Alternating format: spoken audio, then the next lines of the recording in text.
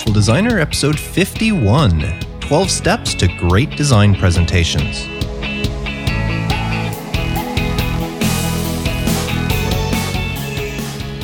Welcome to the Resourceful Designer podcast, offering solutions to streamline your graphic and web design business so you can get back to designing. And now, your host. He prefers to read paper books to the digital versions, Mark DeCote. Welcome to the podcast. Thank you very much for tuning in today. I'm always grateful when you decide to plug me into your ears and listen to what I have to say about running a graphic design business. Now, I've been having a very fun week so far. I've been designing creatives for our local mall's Christmas time, getting all the stuff ready for when Santa arrives and kids having their photos taken with Santa and all their newspaper ads and everything. So it's a lot of fun to help me get into the Christmas spirit, even though we're still a month and a half away. Now, I have a great episode today. I'm going to share 12 steps with you to create great design presentations whenever you have to present in front of your client, whether you've been hired to do a job and you're presenting your design, or you're presenting in front of somebody in the hopes of landing the job. Either way, I'm going to share 12 steps to make the best presentation you can. But before I do that, I'd like to share some iTunes reviews with you. This first one came in from Nickname is Jen in the UK. And Jen wrote, I've only recently discovered this podcast and I've already listened to several episodes. I find Mark to be a likable, interesting, and engaging host. The podcast focuses on the business side or behind the scenes aspect of your design business, which is the area I most need advice on. Even though I've been running my business for 7 years, I'm still learning all the time. I'd highly recommend this for any freelance designer. Thanks, Mark. Keep up the great work. Well, thank you for that kind review, Jen. And yes, it's so true. We are still learning. I've been running my business for 11 years, been doing graphic design for over 27, and I'm still learning stuff every day. I think the day that I stop learning will probably be the day I hang up my computer and retire, but I don't see that happening anytime soon because things are always changing, and it just feels like it keeps me young learning all these new things. Now, I have a second review to share with you, and this one comes in from Web Dev Mom in the US. She says, I'm a graphic designer that commutes about an hour to work each morning. And I've got to say, this podcast really helps me get going. Mark has inspired me to prepare for my own home-based graphic design business by giving me the tools and the courage I need. Thank you, Mark, for these invaluable resources. Maybe we can have a coffee over it sometime when you visit the US. Well, thank you for that kind review. And if you make it a hot chocolate, I'm in. I'm not a coffee drinker. Don't hold it against me. Well, thank you for those 2 kind reviews in iTunes. If you haven't left a review and you would like to do so, please visit resourcefuldesigner.com/iTunes, which will redirect you to the Resourceful Designer page on iTunes where you can click to leave your review. I love getting and reading these things. As always, I'd like to share a resource of the week with you. And this week is a book. And the book is titled Selling the Invisible by Harry Berkwith. Now, the description on Amazon says Selling the Invisible is a succinct and often entertaining look at the unique characteristics of services and their prospects, and how any service, from a home-based consultancy to a multinational brokerage, can turn more prospects into clients and keep them. Selling the Invisible covers service marketing from start to finish, filled with wonderful insight and written in a roll-up-your-sleeve, jargon-free, accessible style. Now, this is a book I read a long time ago. It came out in, hold on, let me just flip through here. This came out in 1997, and I know I read it shortly after it was released. This was at the time when I was working at the printing company, and we were trying to figure out ways to promote the design department because a lot of people didn't know that we offered graphic design at the print shop. They knew we were there, they knew that we did things, but they didn't realize that we were actually a graphic design studio. They thought all we did was put together forms like invoices and statements and purchase orders and that boring kind of stuff, which we did do that. So in order to start trying to sell our graphic design services, I purchased and read this book because that's what it's about, selling the invisible. It's when you don't have a product and you're trying to sell. We were selling a service, our skills, which is what the invisible is. And I have to tell you, I read this book, I think 2 times in a row back then, and it really changed my perspective on how to promote the design department at the print shop. And I implemented a lot of these ideas, and it did really, really help and gain a lot of recognition for the design department. And I can honestly say that a lot of the principles and techniques that I use for promoting my own business were originally learned in this book. Now, there is a revised edition that came out. I believe it was in 2012. I have not read that one. I have the hardcover version right here on my desk. And it is a book that I recommend anybody that's selling a service, whether it's graphic design, software, voiceover, anything that's not tangible. If you're selling a service, you should read this book because it does, even though this one, I presume the newer one talks about social media and things like that, because this one, written in 1997, didn't talk about online stuff that much, but still the principles still hold true even to today. So I'll include a link to this book in the show notes for this episode at resourcefuldesigner.com/episode 51. And that will be an affiliate link. So if you decide to check out this book and purchase it via Amazon, I would appreciate it if you use my link. I get a little bit of a commission on there if you do. But if not, just look up Selling the Invisible by Harry Beckwith wherever you buy books. Now, just on a note, I know it is available as an audiobook. I've seen it on audible.com, but it is the abridged version. I think it's an hour and a half to listen to it, which is not too long, but considering it's a 250-page book, I'm not exactly sure what sort of message they put out in an hour and a half audiobook, so I never tried it myself.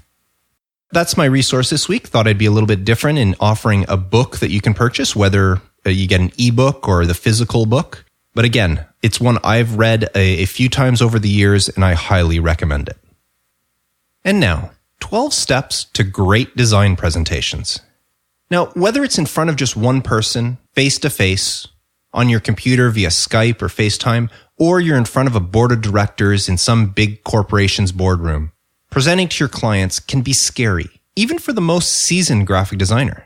Now, today I want to share 12 steps that you can use to make great design presentations to your clients. But before I get to my 12 steps, I thought it would be kind of fun to show you a fictional presentation that I'm going to do, pretending to show a new logo to a company that I've been hired to design something for. So here's my presentation. Hi, my name's Mark Decote. I'm the graphic designer that was hired to redesign your company logo. Now, I have to be honest, I didn't really know anything about your company before I was hired to do it, but I did do a little bit of research to help me with my designing, and I think you're going to enjoy what I came up with for the new brand. Now, I've handed each of you a presentation folder with copies of the slides that I'm going to show you so that you can follow along with me. Now, first off, let's look at your current logo. It seems a little dated, doesn't it? Which is probably why you decided to hire somebody like me to redesign it. Now, it's pretty obvious from the style of the logo that this one was probably designed somewhere in the mid-2000s, if I was to take a guess. So you've gotten good use out of it, but it is time for something fresh, something new. Now, speaking of fresh and new, let's look at the logo that I designed for you. Now, I didn't think you'd want something completely different than what you currently have. So, as you can see, I did keep some of the original elements from the old logo. I did, however, give them a more modern twist to, fit better with the times. Now, let me draw your attention to the font, which I did decide to upgrade. I got rid of those serif things from the old font and went with a cleaner sans serif font instead. And if you look really closely at the bottoms there, you can see that the letters flare out a little bit, creating what I think is a fun, new, unique look for your logo.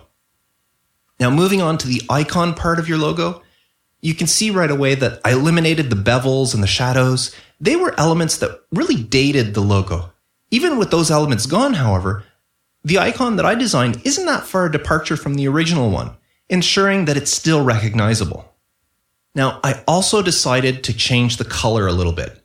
I still stuck with a blue like your old logo, but the one from your old logo was a very common shade of blue. So I decided to change the U to be a bit more corporate, at least in my opinion it is. I hope you like it.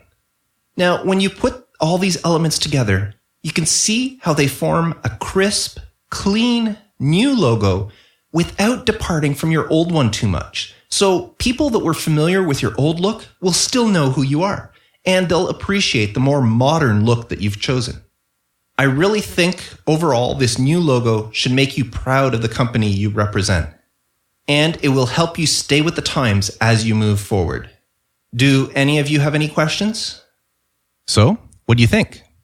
Not too bad, not too great. That was pretty much a typical average presentation. Now, I'm hoping that you've already spotted a few things that I could have really improved on to make that a great presentation. But in case you haven't, I'm going to cover, once again, 12 steps to make great design presentations. Now, step number 1 is simply practice your presentation. It doesn't look good if you stumble over your words or you don't come across as knowing what you're talking about.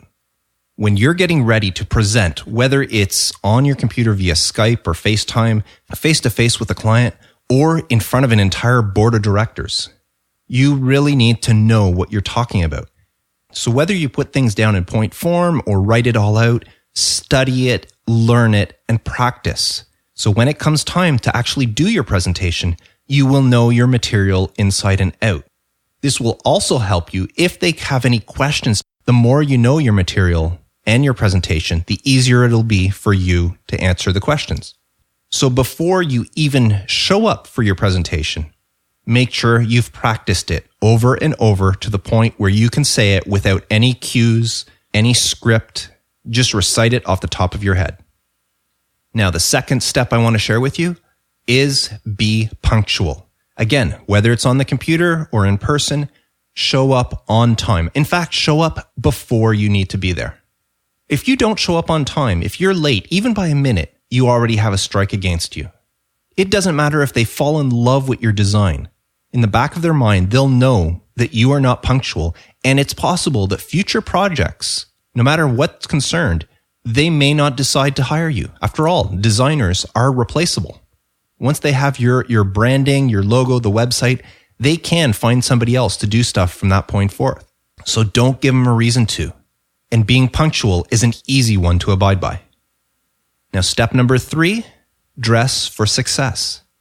I've mentioned it many times on the podcast. I'm a t-shirts and jeans kind of guy, but I would never go into a meeting dressed like this, even one via Skype.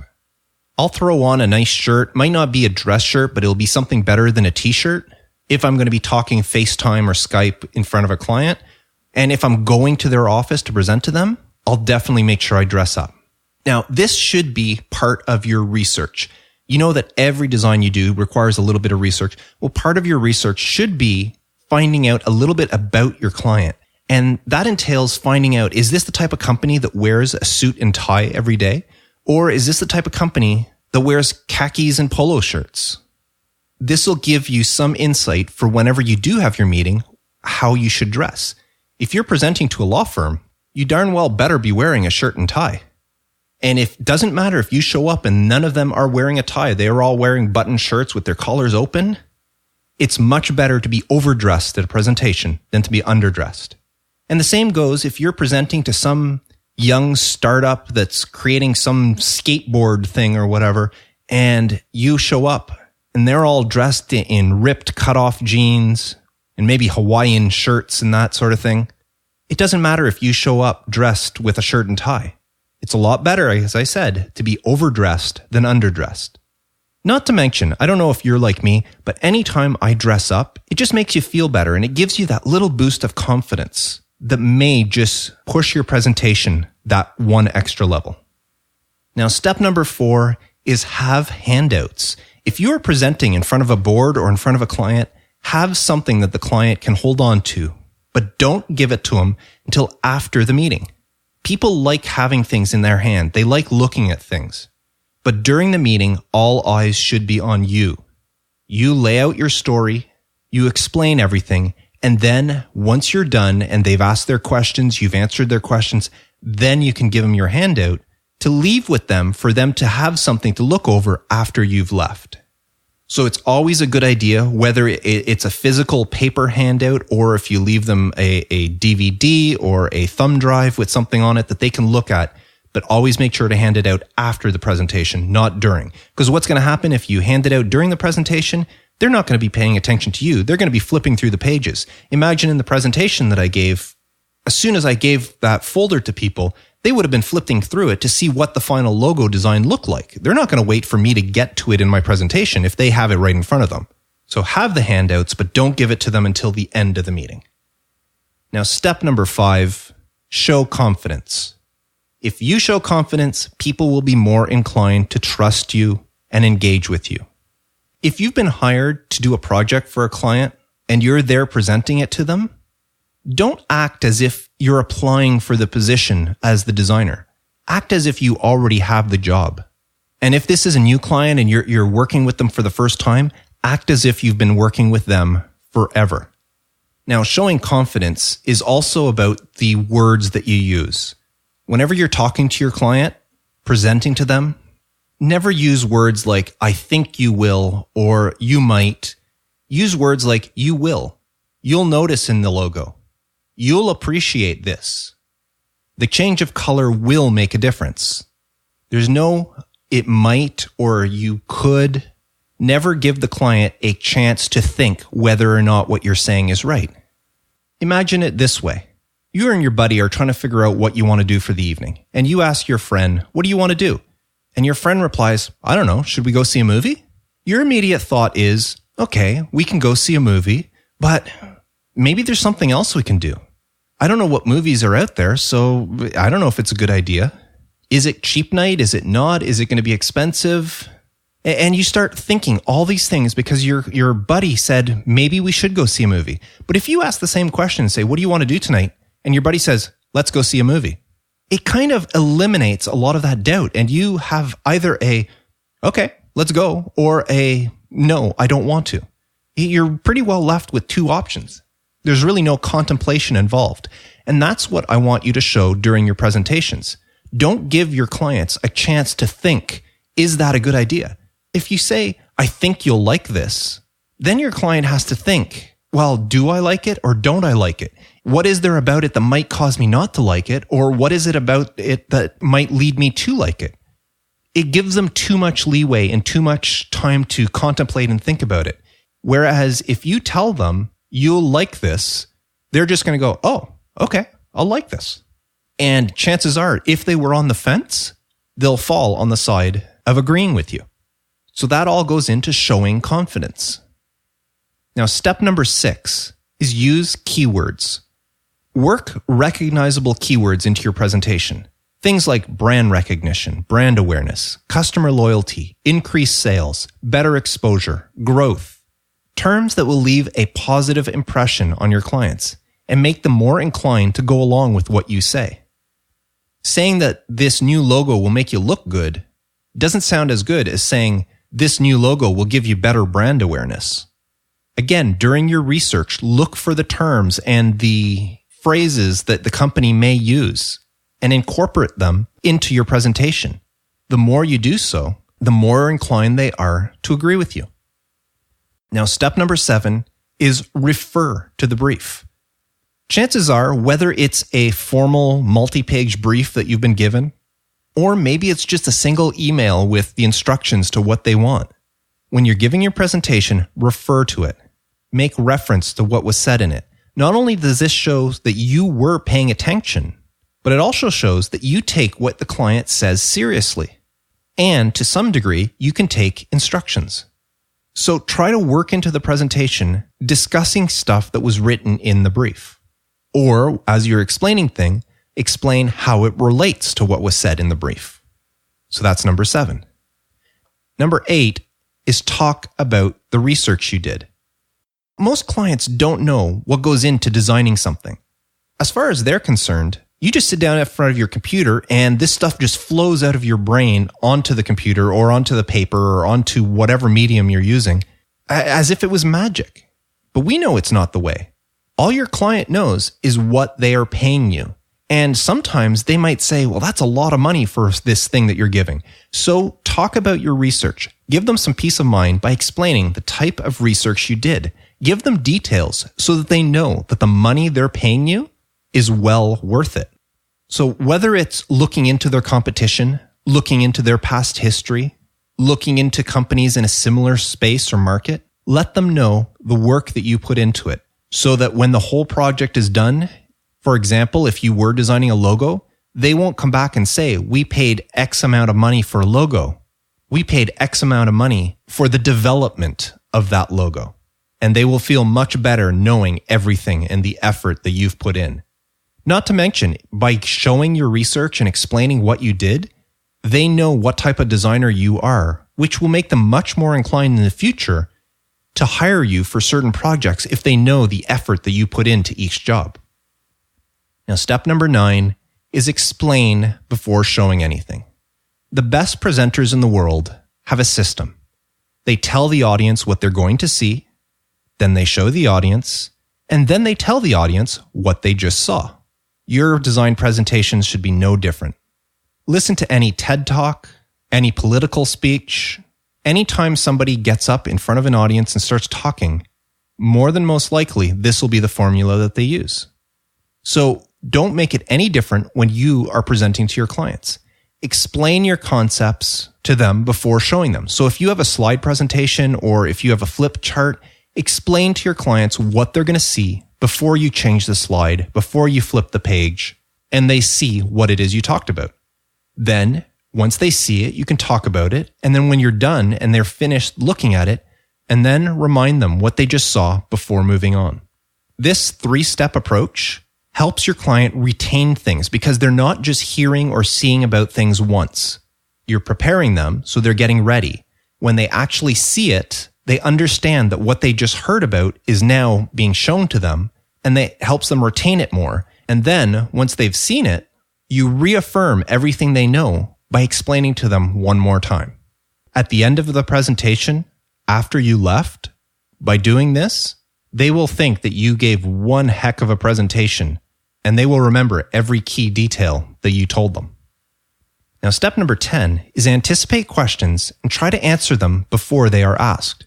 This one is a little bit tricky, but when you prepare your presentation and you rehearse your presentation, which I talked about in number 1, try to think like your client and anticipate what sort of questions they might have.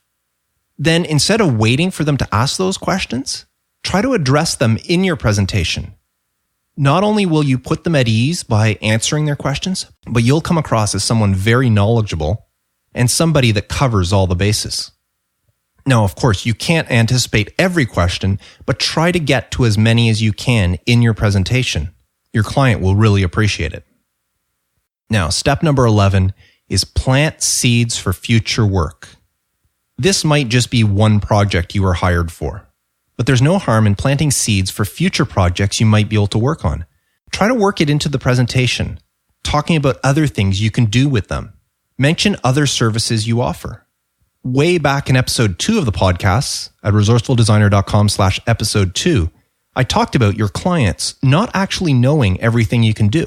So during this step where you're planting the seeds is where you can let them know. If you were hired to design a logo and you also do web work, mention it to them how you think incorporating this into the web design and their web ads and all that can work. And let them know in the presentation that you are available if they want to talk to you about that. If you also do merchandising like t-shirts and mugs and pens, you can mention that and talk about how the brand or the logo or whatever you did can be incorporated into all these different things. Now, it's not just when you're doing logos. If you're designing a website for them, you can talk about Facebook ads and banner ads and all sorts of other things that you could do for them. A lot of times the client will hire you for one purpose and not realize that you can do all these other things. So during your presentation is a good time to bring this up. And a lot of this is things they may not even have thought about. And make sure as you're doing this to include the client in the process in case there's projects that you don't think of. So don't say stuff like this new design will help you grow your business. Instead, say things like, together with this new design, we can grow this business. Talk to them as if you're a partner, as if you're one of them, and your desire to see it succeed and work together to see it succeed. Using that mentality will help you land and retain a lot of clients.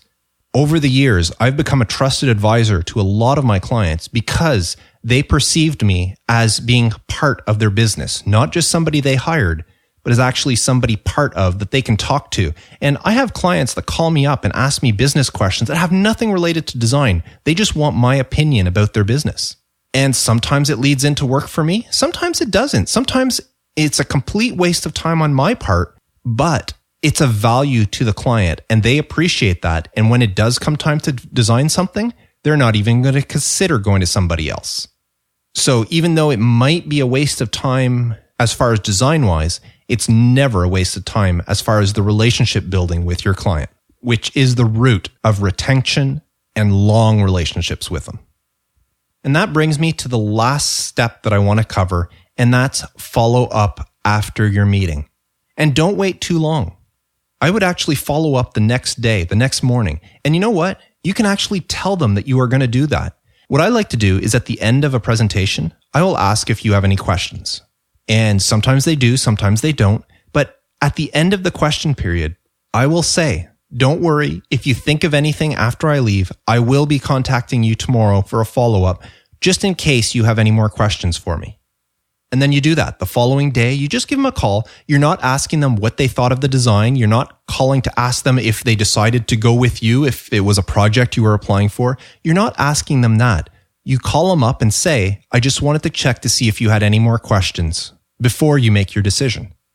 This, again, will help solidify you as being part of the relationship. You're not calling to pressure them about making a decision. You're calling to make sure that they are fully informed before they make their decision. So you do that the next day. And then a few days later, if you haven't heard from them, then you follow up once again. But this time the follow-up is to find out if they've made a decision. So if after 3, 4, 5 days, you still haven't heard from them, send them an email or call them up and just say, I'm just curious to know your thoughts. If you've come to a decision, is there anything else I can help you with? And that sort of thing. Don't just leave a presentation in your client's hands or in a potential client's hands and drop it and hope they get back to you. Follow up. So those were the 12 steps I wanted to share with you in order to make great design presentations. Number 1 was practice your presentation. Number 2 was be punctual. Number 3, dress for success. Number 4, have handouts. Number 5, show confidence. Number 6, use keywords. Number 7, refer to the brief. Number 8, talk about the research you did. Number 9, explain before showing anything. Number 10, anticipate questions and answer them before they are asked. Number 11, plant seeds for future work. And number 12, follow up after the presentation. So now that I've given you the 12 steps to improve your presentation, let me give that fictional presentation again, implementing these, and see if it made a difference. Hi. Now, I have to tell you, I'm feeling a little overdressed in my suit and tie here, but you know what? That's fine. I normally spend my days in t-shirts and jeans, and any opportunity to dress up and clean up is okay by me. Now, I know I've met some of you before, but for those of you I haven't, my name is Mark Decote. I'm the graphic designer you hired to refresh the look of your company. Now, I've been a graphic designer for over 27 years, and in that time, I've branded and rebranded many companies just like yours. My goal is to work closely with you, side by side, as together we restructure the look and image of your great company. Now, I do what I do because I love the challenges involved with branding. No two projects are alike. And although I learn and become a better designer with each one, they all provide new and unique challenges for me to tackle. You see, just like people, every company has a personality. And it's my job to make sure that personality shines through for everyone to see. And that's exactly what I plan on doing with your company. Now, according to the brief that I was given when you hired me, you decided that it was time for a new look for the company. You mentioned that in the past 10 years, you've increased your product line, you've expanded your sales reach, and you've gone through some directional changes for the company, including going green and relying now 100% on renewable energy sources to power your operations. By the way, congratulations on doing that. I know it's no small feat. Now, I have to be truly honest with you.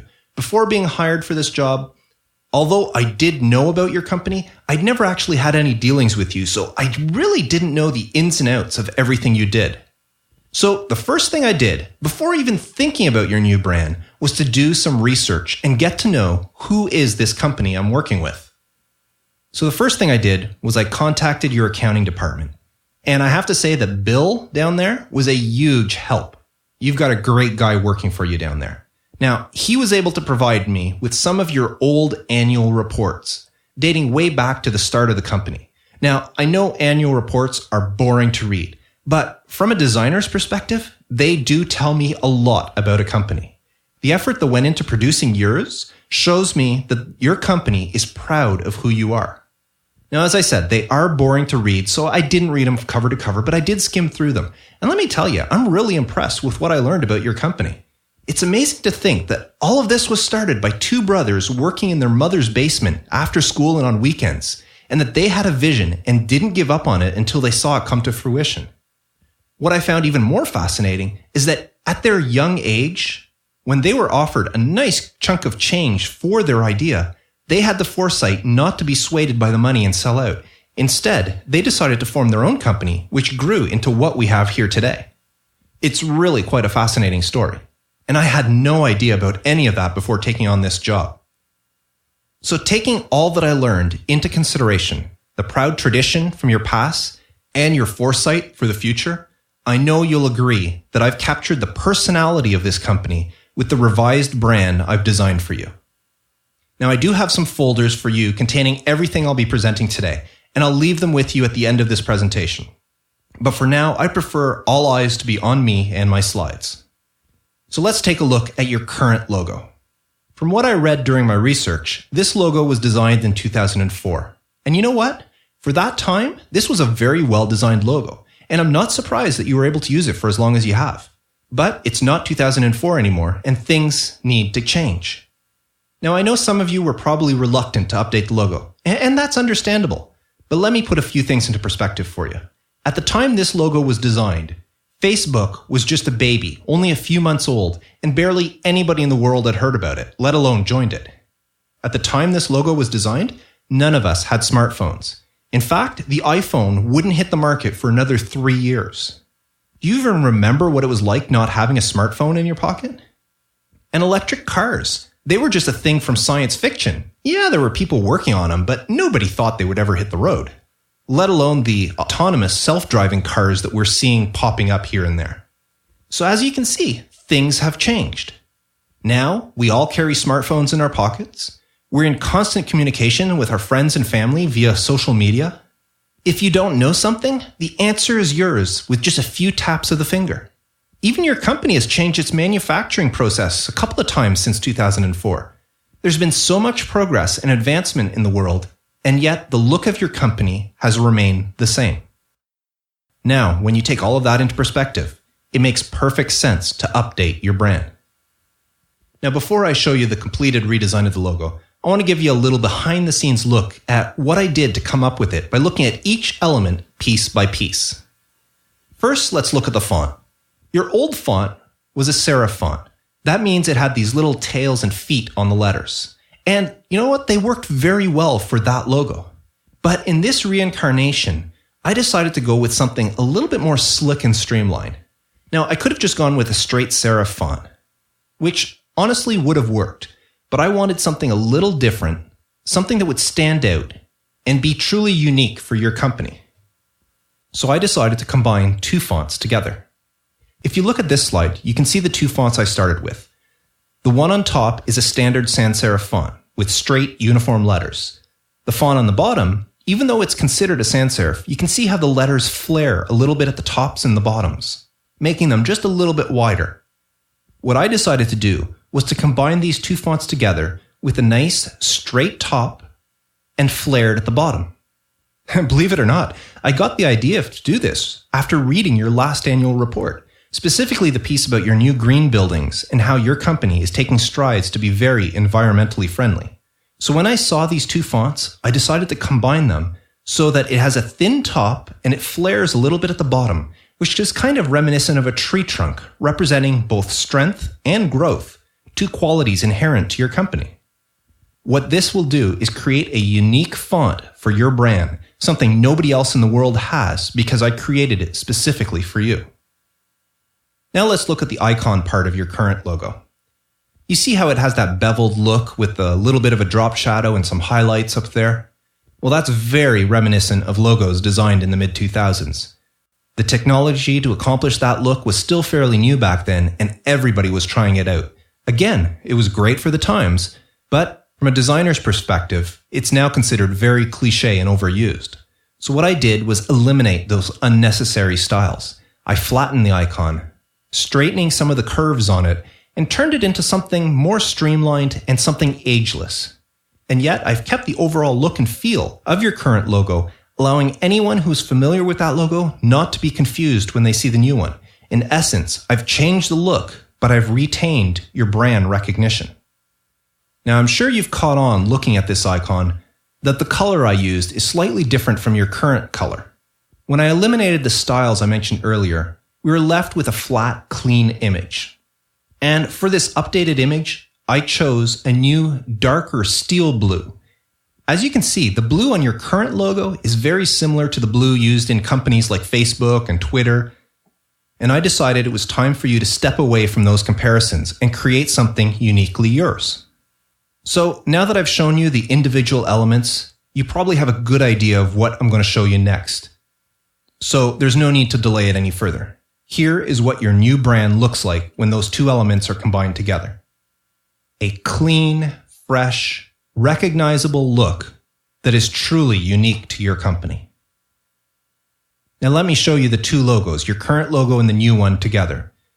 Overall, compared to your current brand, this new logo, as I said, is cleaner. It's also more versatile, and unlike your current brand, it can easily be reproduced both electronically and in print, something you told me in the brief was a problem you faced in the past. Well, you won't have that problem anymore. In fact, here's some samples of your new brand in use on signage, on clothing, on vehicles. Here's some websites, some ads, and here are a few more items. Look at these possibilities. These are all things that we can work on together to establish this new brand across the board and for your company to become a dominant force in the marketplace. So there you have it. This is the new brand that will spearhead your company for the next couple of decades. I would love to hear your comments and answer any questions you may have that I might have overlooked.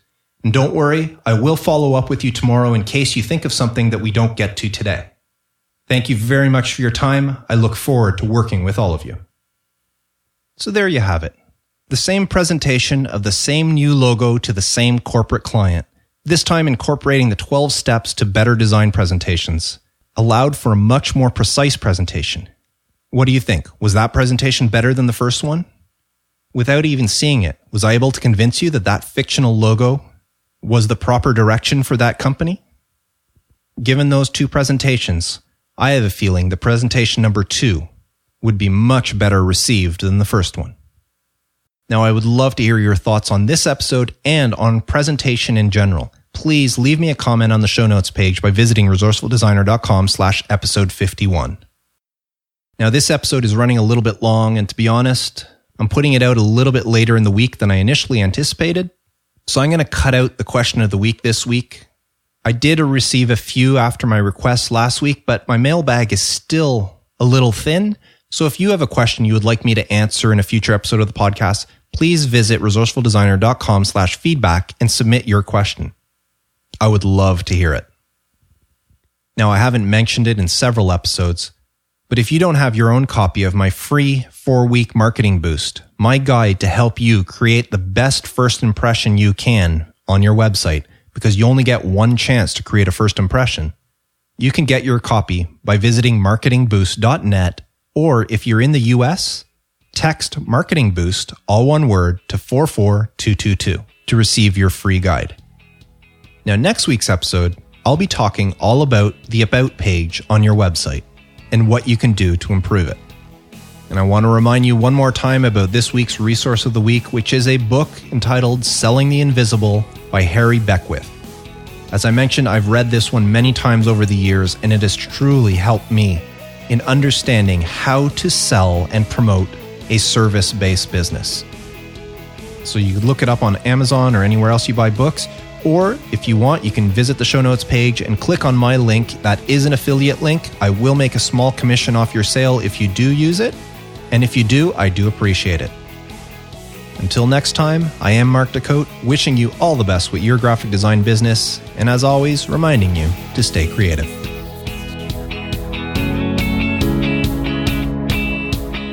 Thanks for listening to the Resourceful Designer podcast at resourcefuldesigner.com.